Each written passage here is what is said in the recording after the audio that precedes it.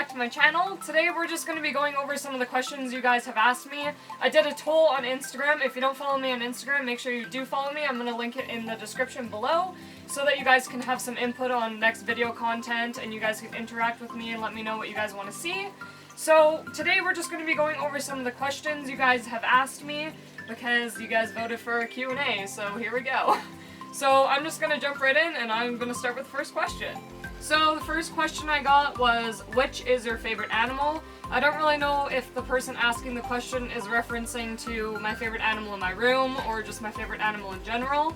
I'm going to answer both, just to cover all bases. I don't really have a favorite animal in my room. I did choose to keep them all, so I love them all the same and they all are family to me. And to answer the second one, my favorite animal would be an anglerfish, and if you guys don't know what that is, I will link a photo in this video right now. And basically, they live really deep in the ocean, and they are the fish with the really scary teeth, and they have a light bulb that hangs off the front of their scalp. And that would be my favorite animal just because I think it would be really cool to be able to explore like the deeps of the ocean and see all the animals that are in there, but we don't even have the equipment to do that at the moment, so I just adore the ocean, and I think that everything in the ocean is so cool because we don't even know everything that lives in there yet, and yeah. Okay, so the next question is dogs or cats, pick one. I'm gonna say dogs. I've always dreamt of having either a German Shepherd or a Golden Retriever, so I'm just gonna go with dogs. Okay, so number 3 is, how do you manage to live life and care for all your animals? It's been a kind of adapting situation. I didn't start with this many animals. I've kind of acquired them over a certain amount of time. So it's not like all of the care came to me all at once. I kind of took in an animal, got used to caring for it, took in the next one, got used to caring for it, and so on and so forth.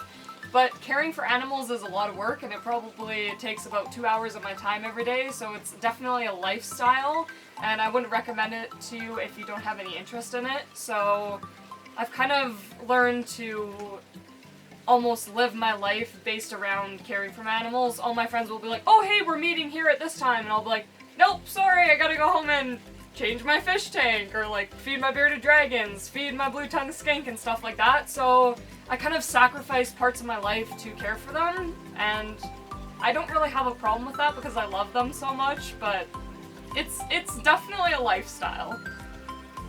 Number 4 is top 5 beginner reptiles. Okay, number 1, I would definitely say crested gecko. Crested geckos are very easy to care for. You literally feed them powder mixed with water, and then you feed them crickets randomly.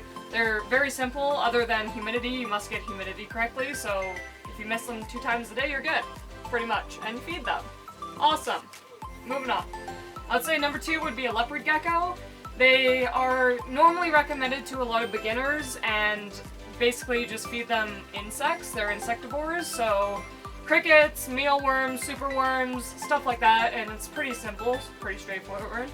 The next one I would say would be a ball python. I don't own one, obviously, and I don't have any snakes, obviously, but if they're healthy and they don't have any problems shedding and they don't have problems feeding, they're actually really straightforward to keep. You feed them once a week and you call it a day. But you do have to remember that they also require humidity, but most reptiles do. And then number 4 would definitely be a Pac-Man frog. Freddy is super easy to care for. You literally just put him in a tub every 2 days and you give him a little bit of food and you put him back in his enclosure and he's good to go. You don't have to worry about UVB, you don't have to worry about anything really excessive other than humidity, and you have to maintain heat between a certain amount, so. And number 5 would be a corn snake. I honestly think that a corn snake would be equal to a ball python just because as long as they are healthy, you have proper humidity, and they're feeding and shedding well, it's a pretty easy animal to keep because you don't really have to worry about everyday feeding with them necessarily, and they don't really require a whole bunch of interaction or anything like that, so I would say that those are my top 5. So 1, crested gecko, 2, leopard gecko, 3, ball python and or corn snake, 4, Pac-Man frog or pixie frog, and 5, also corn snake or ball python. Number 5 is, do I have a light on my crested gecko tank? Yes, I do. I only have a UVB bulb. It is expired though. It's been running for over a year. I just use it for the actual light. And I also have a ceramic heat emitter. Number 6 is, if you could have another pet, what would it be? I have so many that I've always wanted to get, but my top 3 would either be a tegu, a leachianis, or a black Mexican king snake. I've always wanted all 3 of them, but at this point I don't have room for a tegu, so if I had to pick one at the moment, I would definitely get a leachianis because they're so cool. Number 7 is, what do you feed your bearded dragon? I think this is a really complicated question for a Q&A.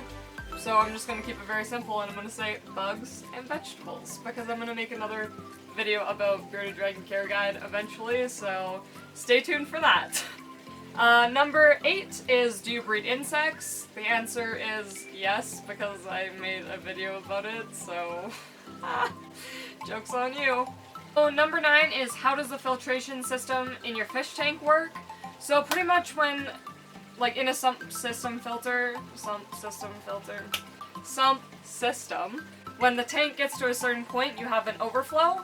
It works the same as a bathtub overflow does, so when the water level gets to a certain point, it starts to drain outside of the tank, and it drains into a back portion in the tank that drains down a tube and into all my filtration.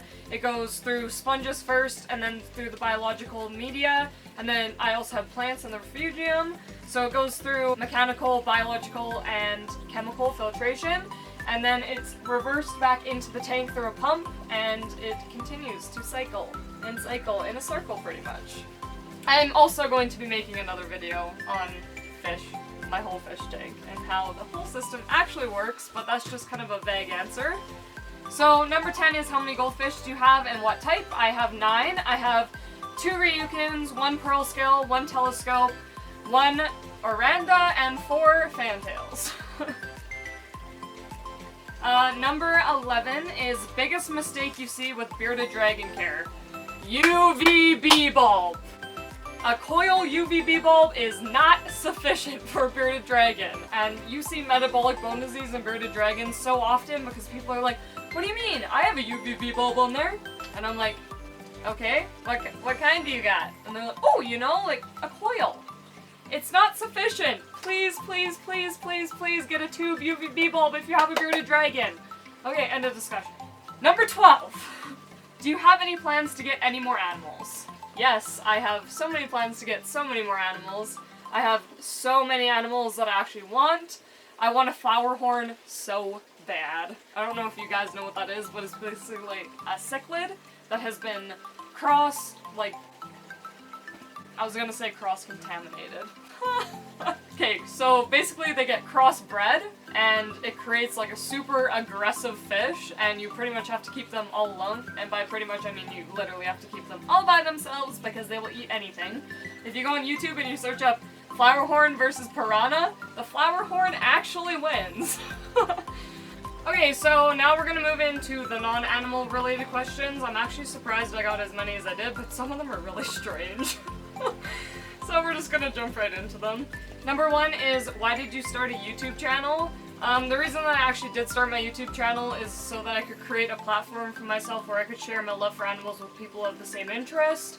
I do have a lot of family and friends that do support me, and they do like all my animals, and they do love what I do, but they don't really have the same knowledge, and I wanted to kind of create a platform for myself where I could share knowledge, gain knowledge. Like, I just wanted a place where I could share everything and people understood that having weird animals, as some people classify it as, is not that weird.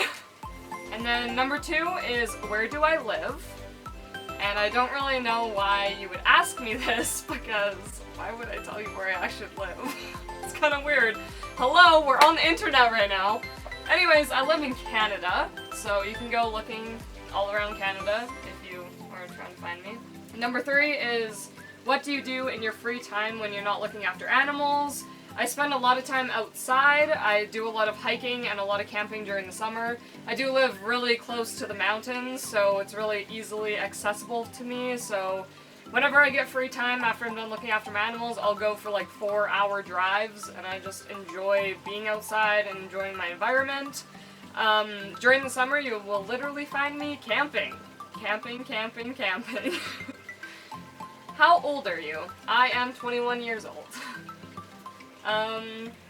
Do you have any tattoos, and if so, how many? I do have tattoos, obviously. I have 1, 2, 3, 4, 5, 6, 7. And the next one is favorite scene in Suicide Squad.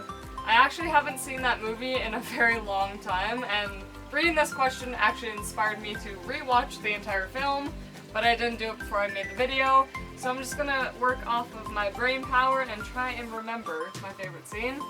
My favorite scene would probably be when Harley Quinn was locked in the cage, and they were kind of treating her like an animal, and they were trying to get all the answers out of her and things, and she just did not want to give at all because she is so in love with the Joker that she did not want to give him up at all. So that is my favorite scene, because even though it's like super dark and sadistic, it's kind of an act of love. The next one is it's a riddle. Okay, you ready? I'm gonna try my best.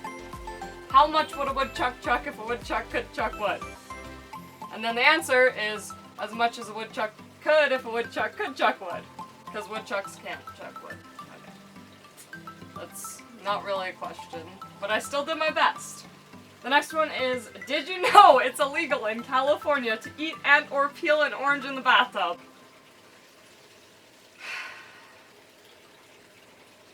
People.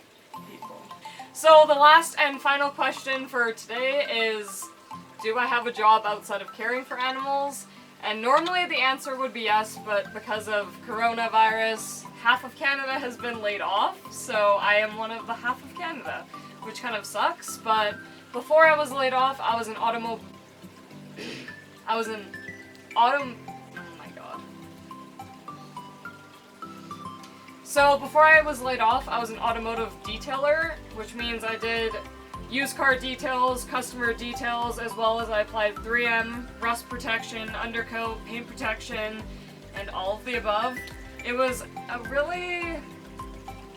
I actually kind of liked the job, honestly. I think that I would get more into it, but unfortunately for now I don't have a job, so awesome. Anyways guys, thank you for watching another video. If you guys want to see any more content, make sure you like and subscribe below. If you guys want to have any more input into all the other content that I'm going to be posting on my channel, make sure you follow my Instagram below. I'm going to link it in the description. So stay tuned for future content, and I'll see you guys in the next video. My answers suck.